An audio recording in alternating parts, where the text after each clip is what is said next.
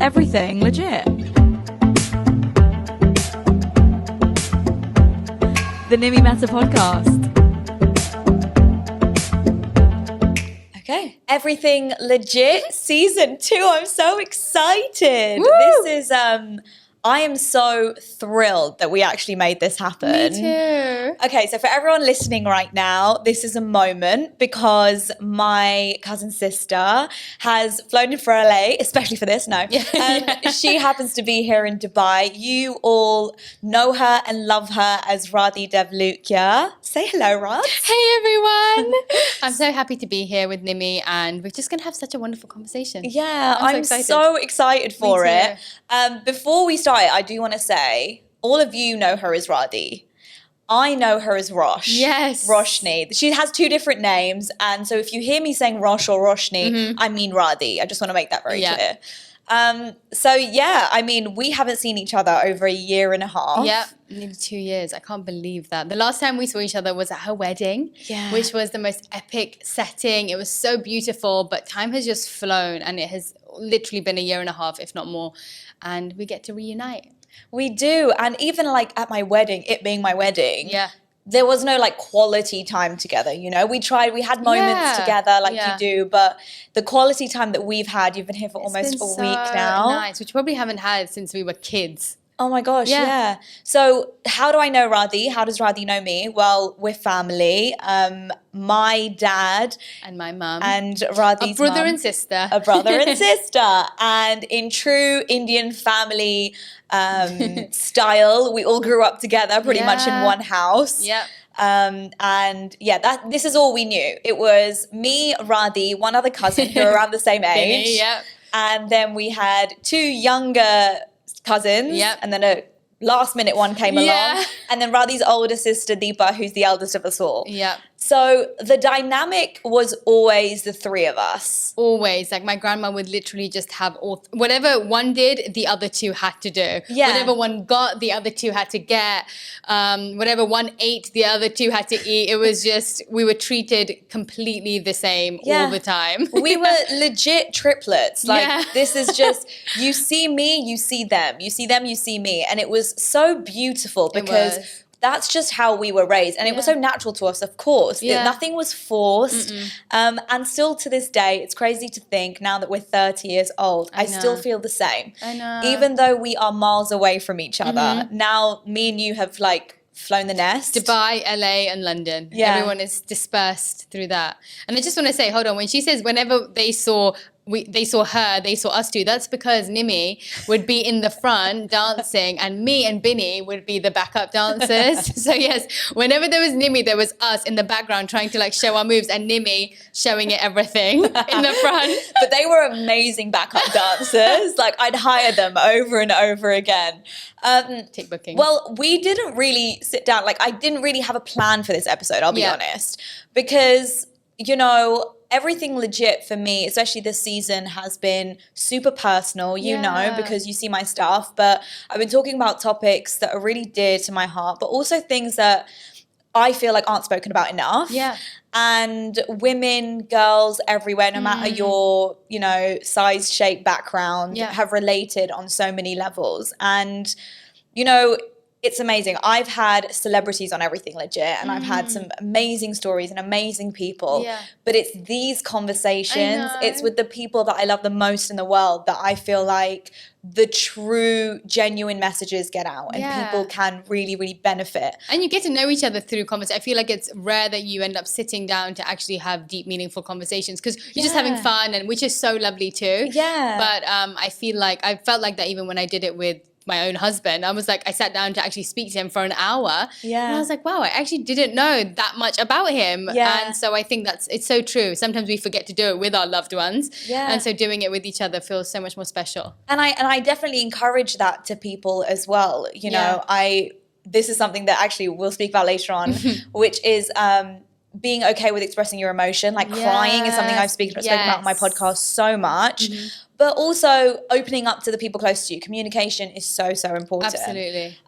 So I do have one thing I definitely want to talk about this episode, which I feel like me and you can really relate to. Because I mean, I feel like anyone can relate to, because in some way or form, they would have had it in their life. Yeah. So, which is body image, which is insecurities regarding our bodies, insecurities just with general appearance. Yeah. I first of all want to ask you, actually, I want to ask you now, I'm going to do it backwards. Okay. I want to ask you now, how do you feel about yourself now? Good question. I think this is probably the most comfortable that I have ever been in my own body. And it's less to do with my physical appearance. And what I realized was that, you know, I feel I've been around so many people that I thought like are the most beautiful people physically that I've seen. And even they end up having insecurities. And you would never, and I think that's the point. What you said is exactly right. Every single person has something about themselves or has insecurities. And you may, from an outside point of view, think, well, what do they have to be insecure about? But for them, it's just as real as your own insecurity. Yeah. And so I think, that's something that's also made me a lot more comfortable about myself, because I'm like, hey, and it doesn't mean that it has to be a comparison, but for me, I just think that I've become more comfortable because I've seen every single person has their own struggle in that way. Yeah. And also it's made me realize that, like, I honestly feel me feeling better in my health, like physically being stronger, feeling like I can run, feeling like I can lift weights. That has actually helped me feel more physically comfortable presenting myself. It's given me more confidence to walk upright and not slouch because I felt insecure about my like tummy or my legs or whatever it was. And I found that my posture really showed me how I was feeling about my own body. And so now I find I'm able to walk taller, to feel like I can walk into a room and not worry about where people are looking. And I really think that that's come from a point of feeling rooted in myself and understanding myself so much deeper. Right. I feel when you feel like you know what you're giving to others, and the more that you feel comfortable with the qualities that you have, the rest of it kind of just feels secondary to it. It's like, okay, I know what I'm offering to everybody that's in my life, and I know what I'm able to give them in a positive way. And then take it or leave it. Like, my physical body is not much. I can't change my features, really, like without doing something drastic. And the rest of the physical stuff just kind of withers away when you feel confident in everything internal. If you don't feel confident, when I didn't feel confident about anything that I had to offer other people, that's when I found my physical mattered the most to me, because I was like, well, at least people will like me for this. And then whatever else is inside, I'm like, okay, cool. They don't even have to see that, but they can at least like me for this part. But being liked for that just ends up being so temporary. Building relationship based on that is so fickle that I just had to dig deeper. And so I think, long-winded answer. I do that. But I just think that the more comfortable I was with myself and understood myself better, the easier it was to feel comfortable presenting myself to other people. Yeah, absolutely. And I couldn't agree with you more. And, you know, us being sisters and growing up and seeing each other every year or every 2 years, whenever we do each other, we see the transformations within each other. Like, we may not realize it, but obviously we know what our journey was from when we were younger, how we felt about ourselves. And us being in one family, 7 girls total. 7 girls. 7 girls on one side of the family. And I feel so blessed that we even have that. I can't imagine it any other way. I know. But 7 different personalities, 7 different sizes, 7 different shapes, 7 different opinions, 7 different lifestyles. You name it. We are all different in so many ways, but in such a beautiful way. I want to now ask you, when you were younger, what did you think about yourself? Because in our culture, being in the Indian culture, and I'm sure in many other cultures as well, but in our culture, comparison was common. About everything. Yes. Yeah. So when you were younger, how did you feel about yourself, and how did you feel people saw you? What comparisons were made? Yeah, I definitely struggled with it for a long time. I'd say probably within the past year is when I felt the most comfortable, and so I feel like I've struggled with it for quite a lot of my life. And it was because I was fairly overweight when I was younger, and I think it was just one, whether it's family meaning it or not, it ends up being quite like a easy thing to joke about. And so at the time, if I'm completely honest, I didn't really care about it when I was younger. I think it was only until I went to school and I started being around other people that I did notice there was a difference. Like, people would end up not picking me for like PE because I was larger and I couldn't run as fast. And little things like that started triggering things inside of me. And I remember when I was, I can't remember how old I was. Maybe I was definitely under the age of 10. No, maybe I was 10 to 12. I can't remember. And I was going to, no, actually, sorry, I was in my teens. I think I was 13 or 14. And I went to David Lloyd and I was with my mom and we'd just gone swimming and I came back into the changing rooms and I had like a towel around my head. And I went to, this lady came up to me. She goes, I'm sorry, boys are not allowed in this locker room. Like, you're too old to be here.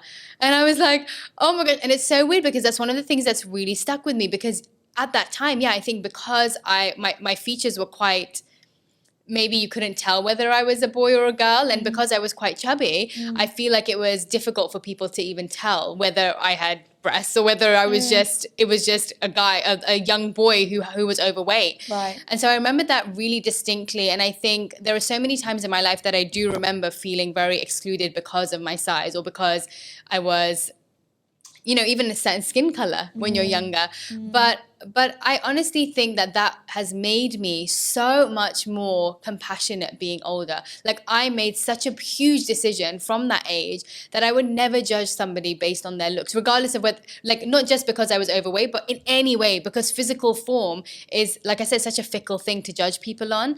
And I knew how that felt. And I experienced it in so many different ways, up till teenager, up till I was at uni. Like, there were so many times where that was triggered for me. Yeah. And I was like, I will never do that. Like, I will call people whatever I want if I'm angry, and I will say things about their personality, but I will not say anything about their physical features. And and I honestly would not take it back in any way. And I genuinely feel like it has made me exactly who I was supposed to be. And hey, I felt like I was overweight and that was bad. I know so many of my friends who struggled with putting on weight. And for them, they didn't feel like they could wear tight jeans because their limbs were too skinny. And so I think, we always don't want what we have. And then I realized that what we want, people have it and don't want that either. Yeah. And so, it was a struggle. And I think many people are affected by it really deeply. And I just feel grateful that I went through it. And I'm like, it happened. People have been through so much worse. But I'm so grateful for the opportunity to have seen through the eyes of somebody who's been discriminated in that way. Yeah, and I feel like, you saying that, I relate to that so much because, during when I was playing tennis, I got a very muscly, masculine body. Yes. And during like my mid-teens, I was a lot like larger than my friends. Right. And they were like, I don't want to say typical, but Indian girls generally have a teeny structure. And I just wasn't that. Yeah. And here's what I want to see what you think about is that, of course, like you said, our relatives meant no harm by it. Yeah. Because they were spoken to like that when they were younger. But, it's not just weight that we were like compared. Like, they would line the three of us up. Yeah. And I love them. We love our family. But they would line the three of us up and be like, who's taller? Yes, everything is a comparison. Everything. And it feels like a competition almost. And it can. I really think it can kind of pit people against each other without the intention of it. And people who are doing it don't realize that that's actually what's happening. The more you compare people to each other, the more they're going to feel competitive against one another. Yes. Yeah. And almost, lucky we didn't have that, but almost I can imagine in some situations it can create a lot of resentment. Yeah. If someone excels, or if the one parent says, oh look, she's got something better than the other, like it's not a physical comparison, but in our sibling dynamic, like your sister is a lot academically achieving than you, my sister's more academically achieving than me, and so it was always like but our parents, that's all they knew.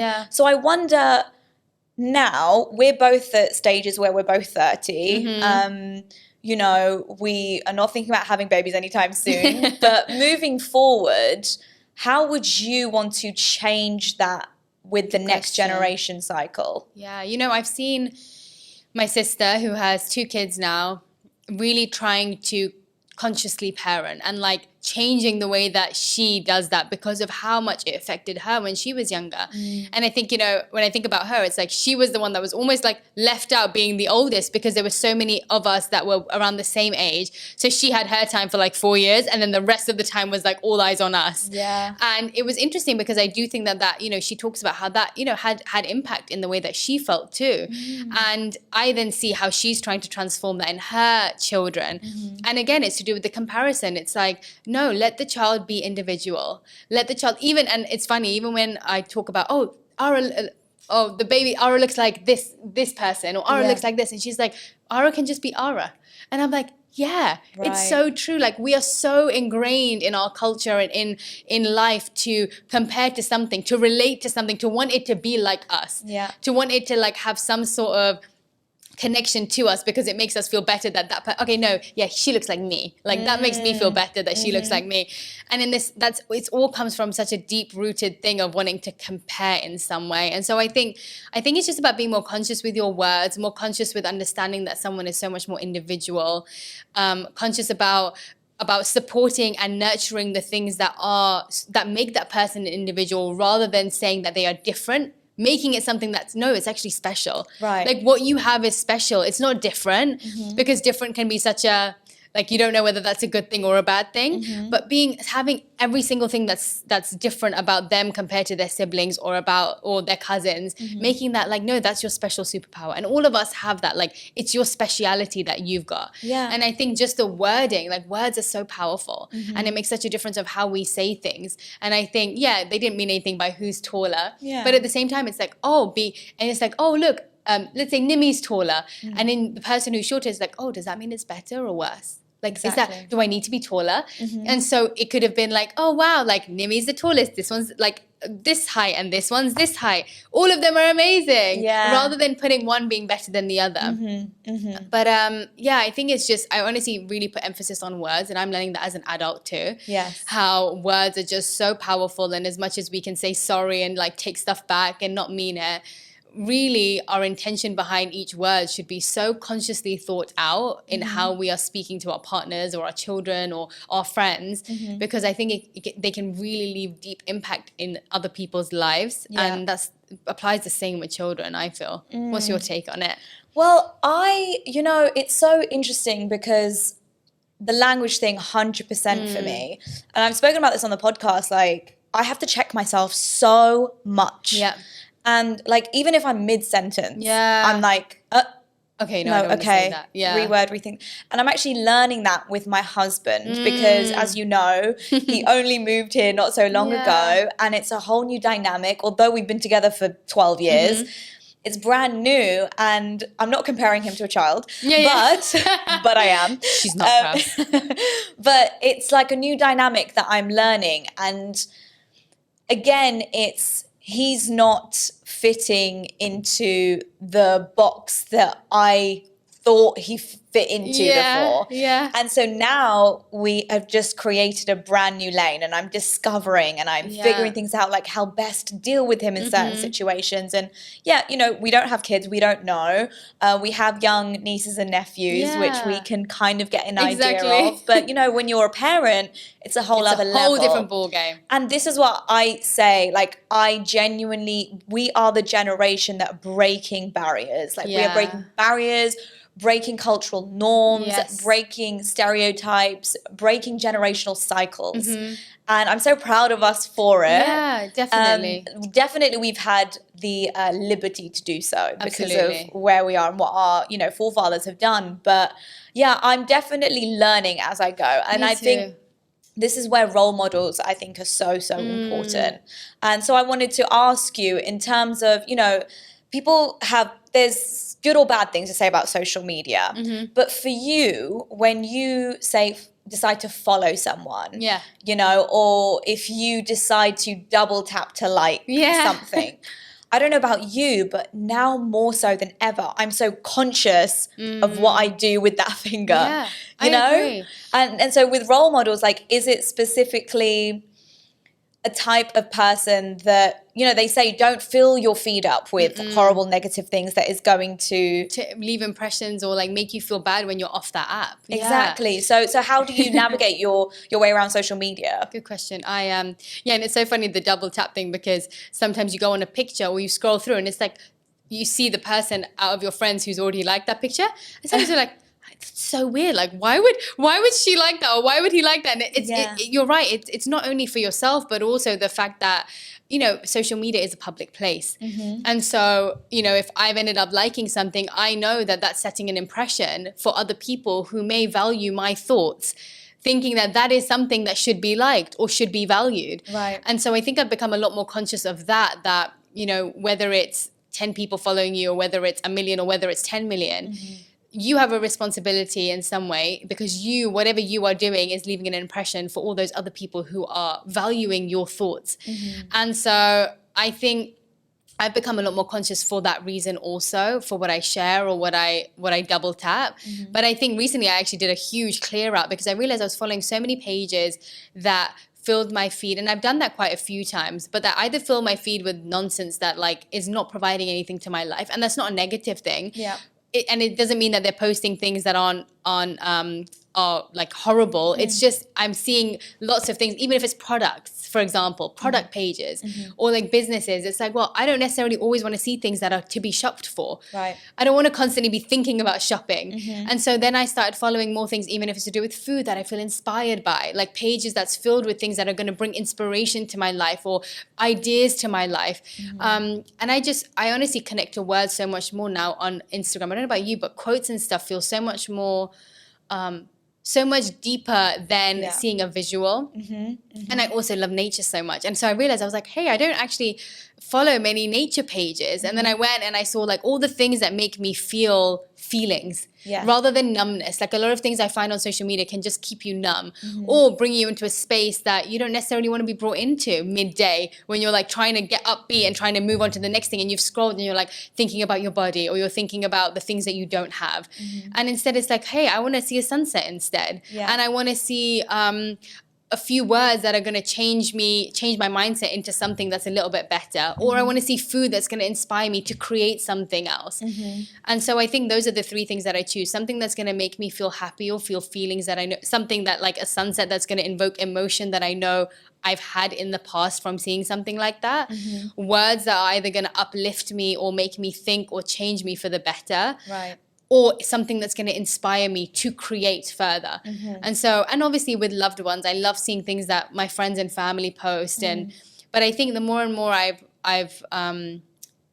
honestly feel like it's become a little bit more of a business platform for me in the way that, sorry, not business. What I mean is like a platform where I'm trying to get something useful from, rather than being a place of just scrolling endlessly with numbness. Kind of like an energy transaction. Yeah, exactly that. An energy transaction. Like I want to receive something good, but I also have the responsibility to replenish that and give that energy back into social media. And I love that actually. I think social media can be such an energy transaction. It's like, hey, I've received something phenomenal from you. Let me give that back, and hopefully someone else will receive that. And then they'll receive that energy, and then they'll be more mindful about what they're putting out, because they're like, hey, I got such a great energy from reading that, seeing that from this person. I want to make others feel like that too. And so I think, you know, there's always going to be those random trashy pages you follow just to get a bit of like a hit, but I always found that those hits are just so temporary, and they last for like a second, and you feel good about yourself, and then you're back to feeling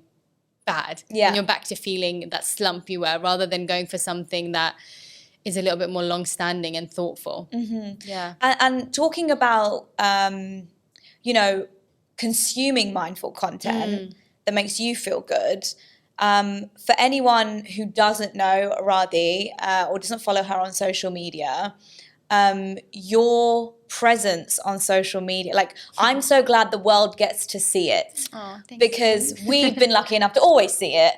But now people truly see your light in the best form possible, and you are truly authentically you. I literally cannot even say like you fake it, or this is like her being goofy or putting it on for views or likes. You genuinely do you. So you know, for anyone listening right now who's like, no, you know what, I want to be more conscious of what I'm putting out. Your social media journey has been quite interesting because you started off quite simple, like just following your passion of your handle used to be Veggie Vegan Vader. Yes, it did. So because you are a nutritionist, and it kind of developed because you went into Ayurveda. Do you want to like tell people a bit about that journey? Yeah, sure. I actually started sharing just because I loved food at the time, and I wanted to share recipes and stuff online, and that was when I was Veggie Vegan Vader. Yeah. And then I realized that obviously naturally because of Jay, who's my husband, he ended up Jay Shetty. He ended up getting obviously a lot more followers online because of the incredible work he does.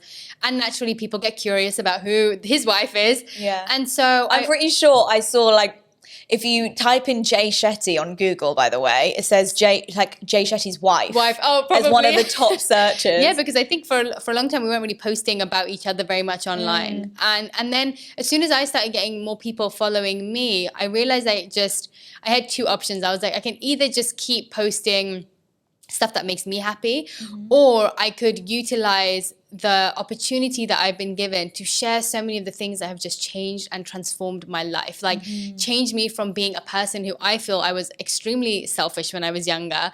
I didn't really value or consider other people's feelings as much as I should have. Like there were so many things that I feel I was when I was younger, and because of the things that I have experienced in life, and I've had the opportunity to come into contact with people like Radhi Devlukia-Shetty, who's one of my teachers, like all those things that I have had in my life, I felt that was an opportunity that I was being given to share that with other people, because not everybody has the opportunity to meet him. Not everybody has the opportunity or the time to read through the Bhagavad Gita or whatever scriptures or whatever books that I've been reading. And so for me, it became about, okay, I haven't figured it out at all. And I definitely don't feel like I have yet in any way. But I do know, and I, as an observer of myself, I've seen the changes that have happened to me through whether it's meditation, whether it's reading certain things, whether it's experiencing certain people. And I feel like it would be really sad if I was to keep that to myself. And so I always think about this, and I had such a block before because I was like, I'm not an expert in any of these areas, and I used to feel so scared about sharing it because I never feel like an expert in those areas. And then I remember hearing something by Radhi Devlukia-Shetty where he talks about being a bridge, and I was like, that is so beautiful. Like you don't, and this is why I always encourage people to just share anything that they feel has transformed their heart in some way, because it's like, yes, you may not be an expert, and that's completely fine, but be someone who's showing other people how that journey happened for you, and be the bridge in between to take them towards experts in that field. And honestly, it took the pressure off me because I felt like I could be a bridge where I'm like, hey, I'm still a beginner just like you, but these are the steps I took to get to this point. But these are people who know so much more, and if you want to know more about it, whether it's Ayurveda, my teachers in that, whether it's my spiritual practices, you can go towards that. And that made me feel so much more open to be myself. I didn't have to be an Ayurveda teacher. I didn't have to be a yoga teacher or a meditation teacher. I could be every single thing that I am, and just share from my point of view, not share from the point of view of representing anything. And I feel that's been such a blessing to be able to do that, to be able to share with people, hopefully things that are helping them. Yeah. And I know we were talking about this yesterday, and we've both experienced it in different ways where, I obviously have days, like so many people asking me like, oh, do you not get sad? Like, oh, isn't being this happy so exhausting? Like, you can't be this happy. Please stop with your like fake like dances and stuff, and just sit down and talk and be real. And I've thought about that for so long, because I was like, you know what, maybe they're right. Like maybe I should share when I'm angry and share when I'm sad. And I do that a lot when I'm speaking in deep conversations and podcasts about things that have upset me. But I honestly feel, from my point of view, when I'm looking through the lens of my page, how do I want people to feel every single time I post? And generally I want people to feel happy, and I want people to feel joy, and I want people to feel uplifted. And so yes, there may be a point where 10 minutes before I'm posting something, I may have been crying, or I may have been angry, or may have been upset. And it's not that I'm being fake when I'm posting. What I'm actually trying to do is not bring that energy onto my page where people are having to feel feelings that I'm feeling, when I actually have I'm grateful that I have people that I can turn to instead. Whereas a lot of people, sometimes they're so lonely and social media is the only place. And I totally get that. Yeah. And that makes sense because you're helping people also feel relatable. But I feel like I have an opportunity to just share joy because I've had so much joy given to me in my life that I don't want to tell people that I'm angry and that they should be angry at this and that they should be sad at this because I've had the opportunity not to be.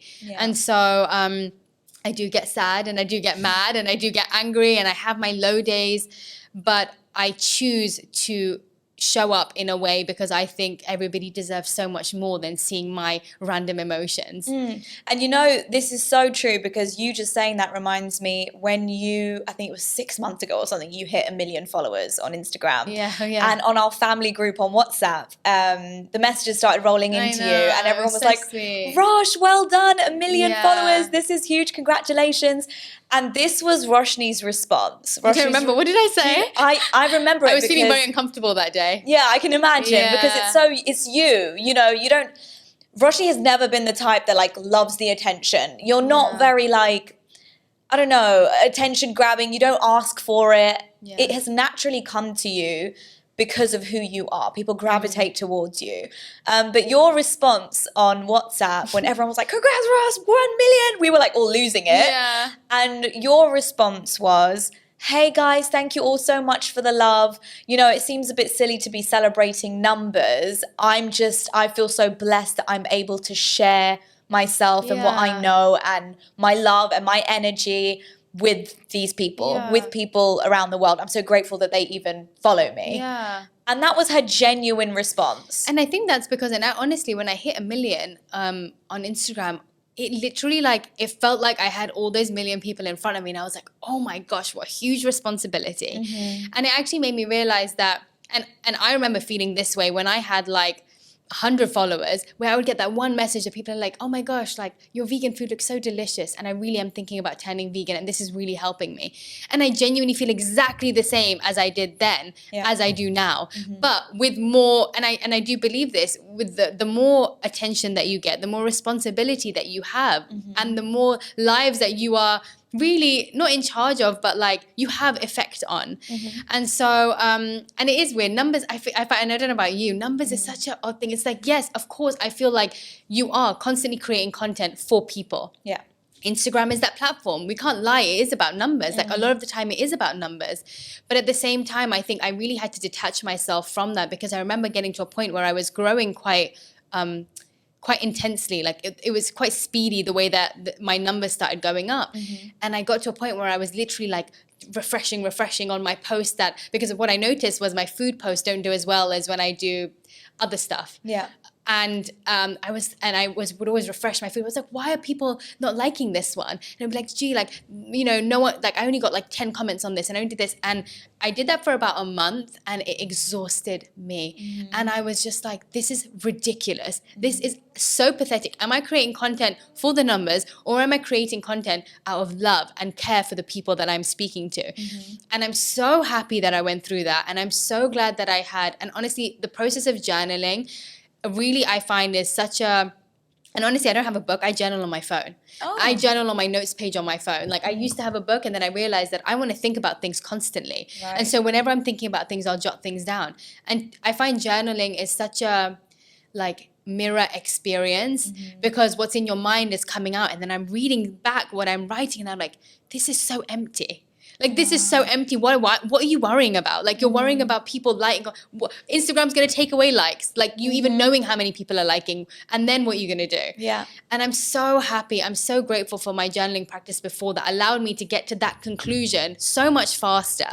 Because then I realized I was like, I'm going to create food because I love food. And I had to refine my intentions behind every part of content I was creating. And I was like, okay, I want to create food. Why? Because I want to show people that veganism is possible and that it's colorful and that it's vibrant. And I want to do Ayurveda because I want people to realize how healing food can be. And I want to show people spirituality because I realized how much it has transformed me as a person. And when I was able to refine my intentions behind everything, then I was like, cool. And yes, I want to create content that people love and that people want to watch, because that's also part of it. But the intention behind it had to be so clear and purer, because otherwise the number game, I was going to end up creating content that I don't even want to do. Right. And then there's no heart behind it. And when there's no heart behind something, people are going to know. Yeah. People, like, even though we believe that Instagram is just words and pictures and videos, energy is felt for everyone through everything. Yeah. And so, and I noticed that about myself, and I was like, I can't live like that. And it would be such an injustice to everybody else that's watching my content for me to make it about that. Yeah. And I don't know where we started. And I don't know how I got to this conversation that we're having right now. But somehow she asked something and I got here. The thing is, we're always talking rubbish. We always end up going off on tangents. But going from, let's move away from social media and let's go to real life, because like I said, we're now adults and we conduct ourselves differently. We see transformations within each other. And how we conduct ourselves in everyday life. I've had the absolute pleasure of spending time with you guys this week. It's been so lovely. My husband, your husband, the four of us together. And I honestly think we haven't done that. Like, you know, we've grown up together, and I was thinking about this as well before, where it's like, you know, naturally in families and in cousins and in sisters, you go through ups and downs. Like, it's just normal. Yeah. You have times where you're close to each other, you have times that you're not close to each other, and that's just a normal family dynamic, I feel. Or you're like close to like one of the sisters for like 6 months, and then another one, and then maybe for a while you're not, and then you are. And I think and I realized, like, you know, I've had conversations with other friends who've also been through that journey with their cousins, and we've been through that journey. Like, we've been through so many ups and downs throughout our relationships, where we've been close and maybe then we've lost touch and then we've been close again. And I was saying, you know, there's been such a long time since we've probably had those moments where we have got to know each other again. Like, we've actually got to know each other again as different people. And it was such a beautiful thing. I was talking to Jay about it yesterday. And I was just like, we are two different people getting to know each other. Our childhood was completely different. Our teenage years were completely different. And actually, it's really beautiful to be able to get to know each other as different people and seeing each other in that way, because it allows you to experience each other without anything else in your mind. Like, it allows you to experience each other in a fresh way, in a way where you're like, this person is completely different to who they were 10 years ago. And as was I. And it's so wonderful to, I was just thinking that yesterday, so I randomly thought I'd share it. But I think it's so lovely to be able to have that experience where you do get to know each other in a completely different way. Totally, I agree with you. And, you know, earlier we spoke about kind of like the downfalls of 7 girls being so different and kind of comparisons there. But I do want to touch on the positive side of it. And, you know, as we're growing older, we're realizing how important it is to surround yourself with the right people, the right voices, the right influences, the right energies. How do you think growing up with 7 girls has shaped you into who you are today? That is a good question. I think it's something that I've probably come to appreciate more within the past few years than I did when I was younger. And I think, again, because everybody's coming into their own. Everybody's coming into a place where they are fearless in who they are. They are happy to be who they are. We're probably not having so much more change in our lives as we were as people before. Like, I would be someone one day and a completely different person the other.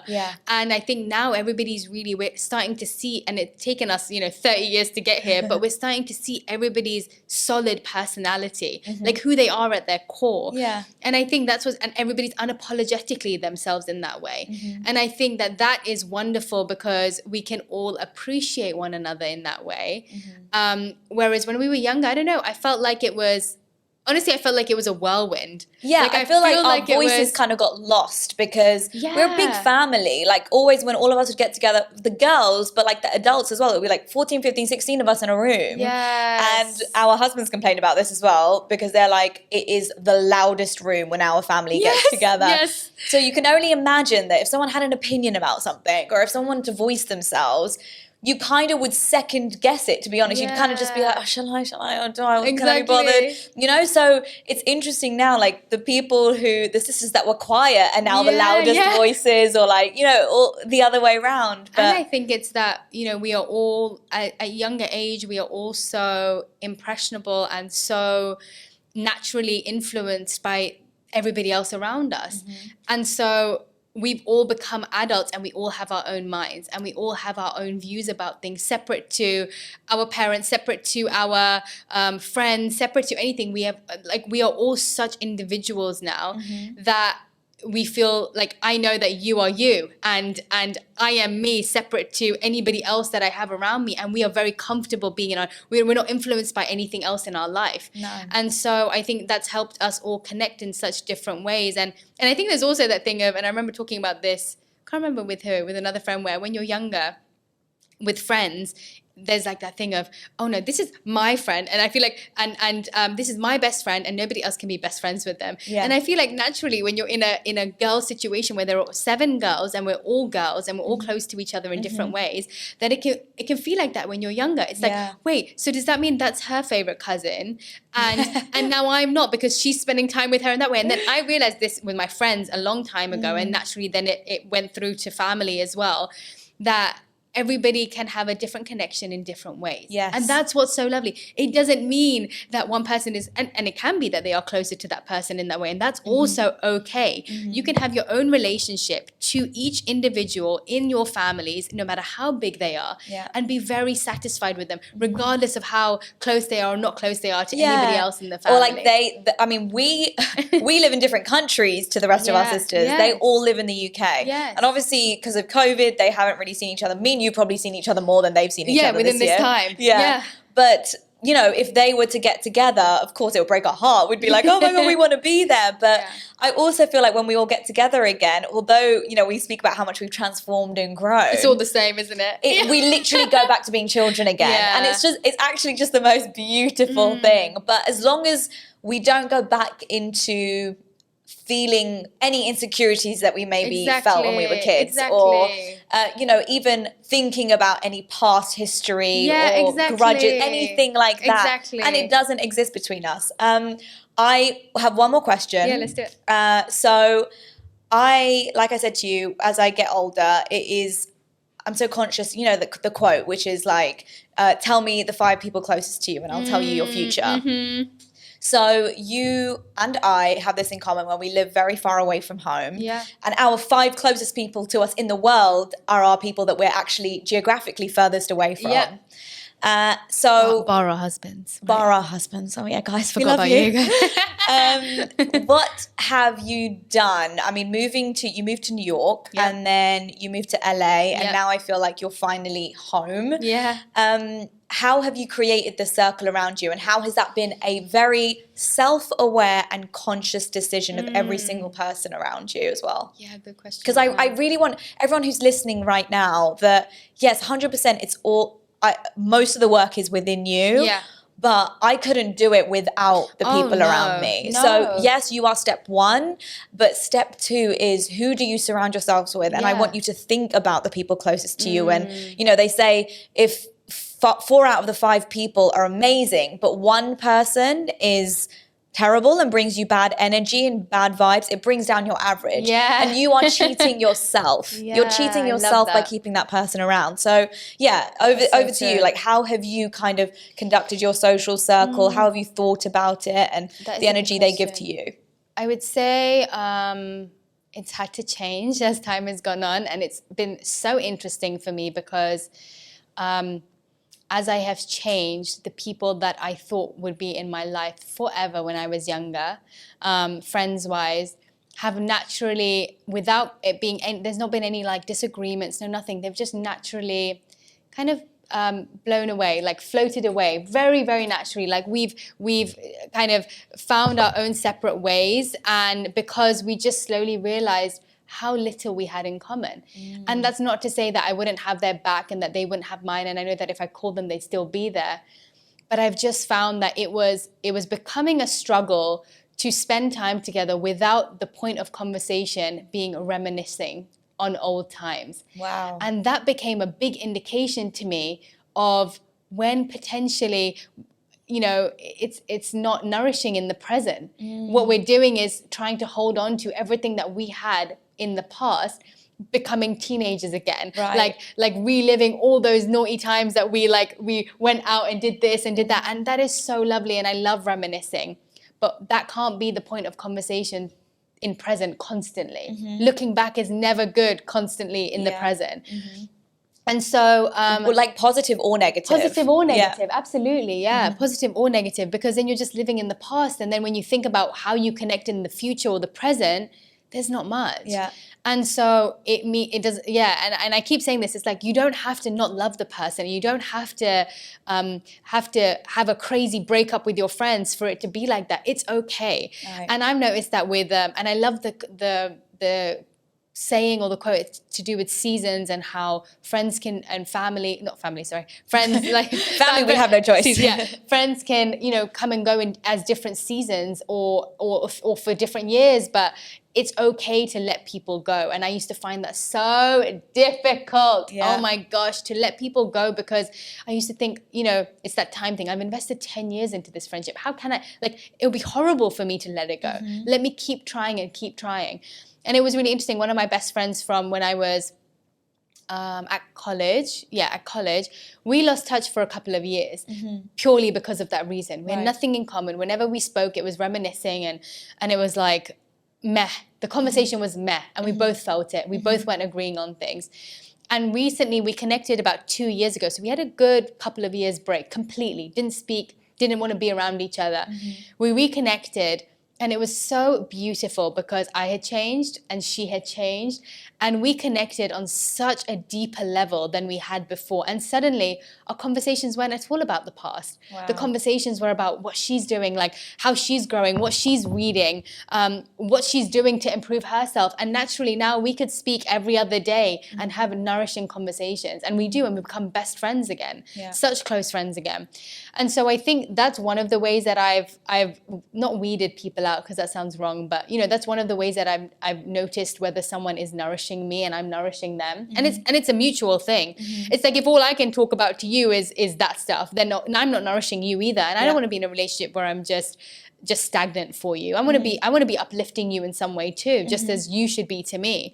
So that's been an indication. And then when it's come to finding new friends, because obviously I've been moving about, it's honestly been an energy thing. All the people that I've become close to, and to be honest, I'm definitely one of those, I find my people and then it's difficult for me to find more people. To think about having more people.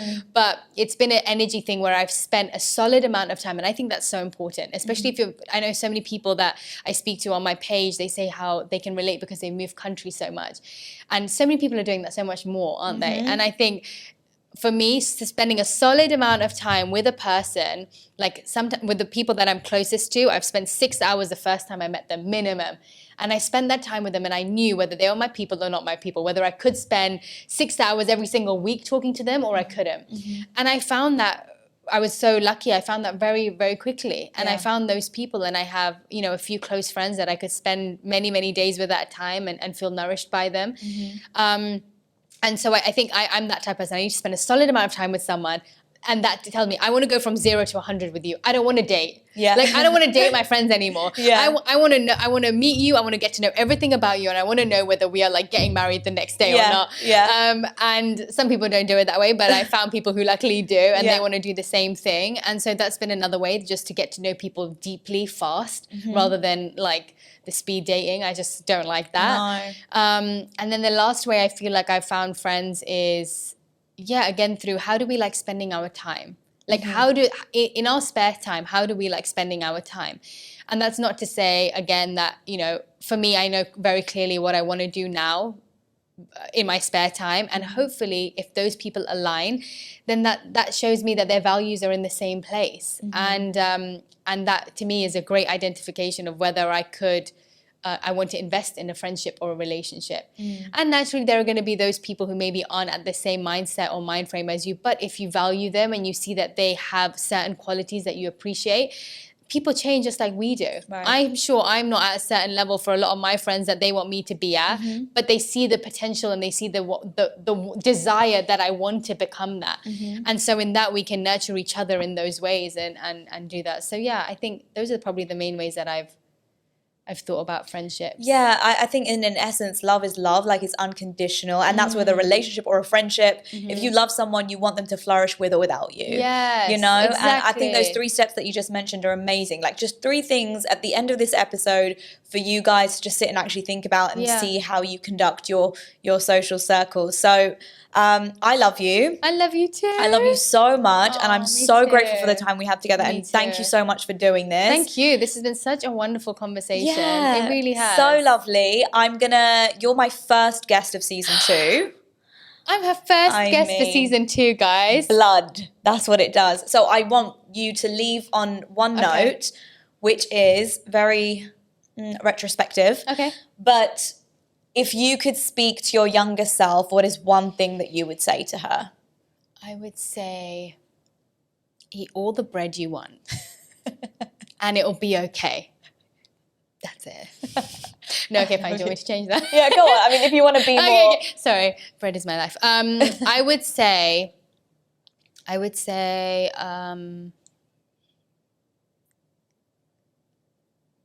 actually say be kinder to other people, because you need to realize that just as you are hurting, so is everybody else in their own way.